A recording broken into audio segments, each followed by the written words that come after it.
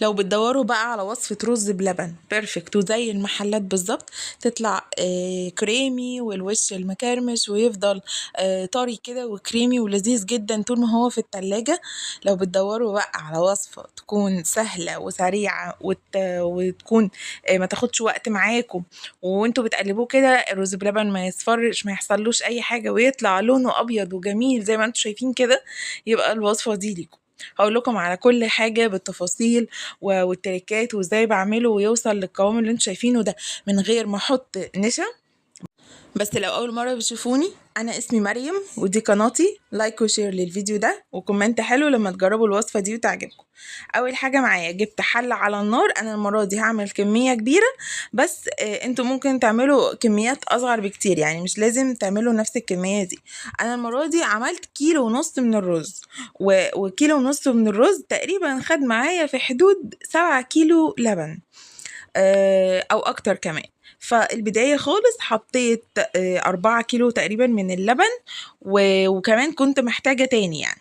فالبداية خالص حطيت اللبن في الحلة على حسب بقى الكمية اللي انتوا هتعملوها. طبعا انا المرة دي عاملة كمية كبيرة. حطيت اللبن في الحلة وحطيت الرز عليه، وبعد كده لما يغلي هغطي الحلة واطفي البوتاجاز واسيبه لحد لما يهدى كده شوية. لما اجي افتح الغطا بتاع الحلة بعد كده هلاقيه الرز ان هو اتشرب كمية السوائل اللي كانت موجودة. فمن البداية خالص حاولوا تكون السوائل كتير زي ما انا عاملة كده واكتر كمان. يعني انا كده كنت محتاجة تاني كمان. بصوا اهو ابتدى ان هو يغلي، قلبته وغطيت الحلة وسبته. لما جيت افتح الحلة بصوا اتشرب كل السوائل زي ما انتم شايفين، وكان محتاج سوائل تاني كمان قبل ما اطفي النار كمان، لان الكميه كبيره زي ما بقول لكم. فابتديت ان انا احط لبن تاني، حطيت او لتر تاني وهحط لتر تالت ورابع، يعني لحد بقى ايه ما يحتاج معايا يعني. وهبتدي ان انا اقلب فيه بالراحه بقى علشان خاطر افك الرز ده خالص ما يبقاش فيه اي كتل كده حتى لو بسيطه يعني. فابتدي ان انا اقلبه لحد ما يفك خالص، وافضل برضو ازود سوائل. بصوا خلي بالكم انا لحد دلوقتي لسه ما حطيتش سكر، ما حطيتش اي حاجه تاني غير اللبن.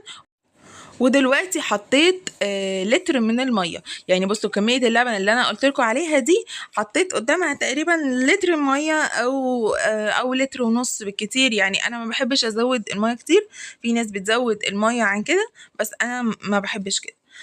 حطيت بقى المية تاني، طبعا زودت السوائل كده زي ما انتم شايفين. وبعد كده كان عندي قشطة في التلاجة، قشطة لبن مش قشطة معلبة، بس تقدروا تحطوا قشطة معلبة.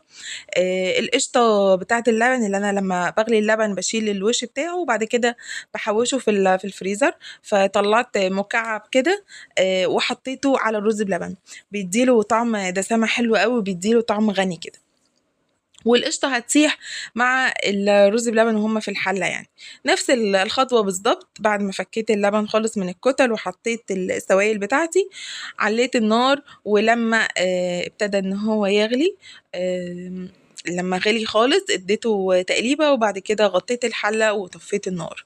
بستنى بقى ان هو ينزل النشا بتاعه من غير ما افضل اقلب فيه. يعني لو تاخدوا بالكم انا بقلب فيه بس كده، يعني بتأكد اشوفه استوى لسه نزل النشا محتاج سوائل بس مش اكتر. مش بقلب فيه علشان خاطر افضل اسوي فيه، لا. هو انا بسوي فيه التسوية بعتمدها ان هو لما بيغلي بغطي الحلة واطفي النار واسيبه يستوي والنار مطفية كده. وطبعا الحلة الستانلس بتحافظ على الحرارة شوية فبيستوي من جوه. فبتطلع الرزاية من جوه مستوية، مش مهرية كده ومش ناشفة، يعني بتطلع وسط وبتطلع حلوة. وفي نفس الوقت بيكون استوى، بيكون نزل النشا بتاعه ومش محتاج اي حاجة تاني. في المرحلة دي بقى خلاص الرز انا حسيت ان هو خلاص داخل على سوا يعني خلاص. وبصوا بصوا تقيل ازاي معايا، يعني مش زي الاول كده مية، لا هو ابتدى ان هو ينزل النشا بتاعه وابتدى يتقل معايا. فحطيت الكمية تقريبا دي خدت كوباية ونص من السكر في الأول، وبعد كده دقته لقيته ان هو محتاج تاني، فحطيت تقريبا 3/4 كوباية تاني. بس زي ما قلت دي كمية كبيرة. لما احط السكر بنزل بعد كده بالفانيليا. الكمية دي برضو حطيت عليها تقريبا 6 اكياس من الفانيليا. وكمان لما دقته لقيت ان هو محتاج تاني يعني، فحطيت فانيليا بعد كده من السايلة. والسكر بقى بتدقوه حسب الرغبة، يعني انتوا تزودوا او تنقصوا، ده حسب الرغبة.